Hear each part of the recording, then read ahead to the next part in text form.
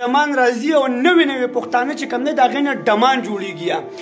د یو ډم ویډیو سره شریک کوم چې په قوم باندې خټک دی، خو خټک ډېر ښه قوم دی، پښتانه دي.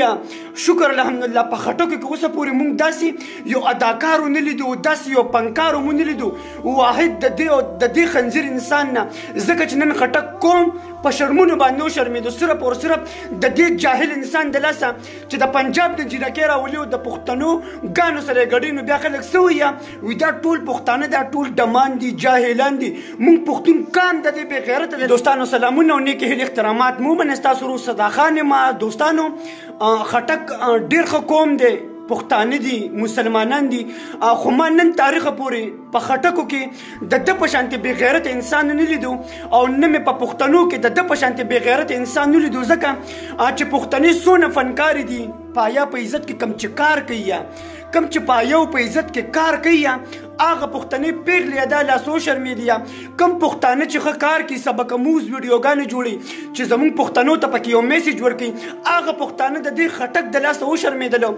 دا سیټ ته چې کم سکرین شاټ تاسو ته ښکاري دا سکرین شاټ جي نوې نوې ډمان راوتي دي، دا خټکو سره تعلق ساتي.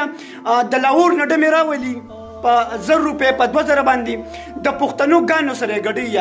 زموږ پښتنو کې ښه اداکاران شته، ښه فنکاران شته، ځکه چې هغې موږ ته یو په سکرین باندې یو شي ښیي نو هغې نه موږ یو سبق حاصل کوو.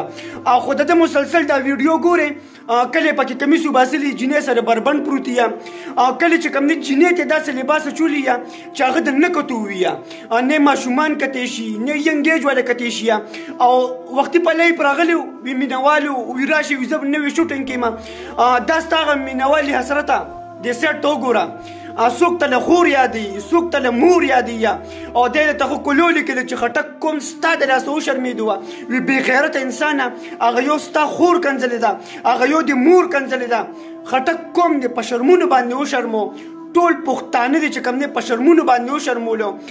ته خو نه فنکار یې، ته خو نه اداکار یې، ځکه چې لکه دې نه دا فنکاران یا مونږ یا پښتانه ته چې کوم شي سکرین ته راوړې که نه لکه مونږ د دې نه څه سبق حاصل کړو. دا ته د بربنډو جینکو سره پروت یا او په قوم باندې خټک یادېږي او ته یو پښتون وې، پښتون یې او په پښتو کې خبرې کوې نو آیا ته دا پښتانه شرمې یا خپل خټک قوم شرمې؟ دا خو ته نه اداکار یې نه سپنکار یې، دا خو کلیام بس ټرپل سکس ویډیوګانې جوړوه نو بیا به د ډېر زیات مینهوال هم پیدا شي یا ډېر زیات پین فالوور به هم پیدا شي. نو که بیا د یو سړی خور او مور کنځي نو هغه به بیا جایز خبرې یا. خو اوس در باندې نوم د خټکو پروت دی او د یو پښتون در باندې نوم پروت دی او ته بار بار راځي او د لاهور نه دغه بربنډې جینکۍ راولي. نو حسرته دا یو میسیج مې ستا دپاره در کوم چې د دې نه مخکې مې ویډیو کړې وه، دا مې دویمه ویډیو شوه. ما په هغه خبرو باندې مه مجبوروه چې زه سکرین ته راشم او تا ته دغه شان پیغام درکړم چې بیا تا باندې ټول پښتون قام نالت ووایي چې ټول دغه خټک په تا باندې نالت ووایي. اوس کې سونګ کې نو دغه سونګ چې کوم دی نو ته وګوره، ته سرچ وکړه چې تا ته په دې کمنټو کې ستا خور څوک کنځي، ستا مور څوک کنځي. مونږ یادو جي علیشا 007 یادو او بړواشا یادو، مطلب داود شاه یادو. دا پکې جي یو نوې لوښې راغلي دی، تاسو دې لوښې دا ویډیو وګورئ او دا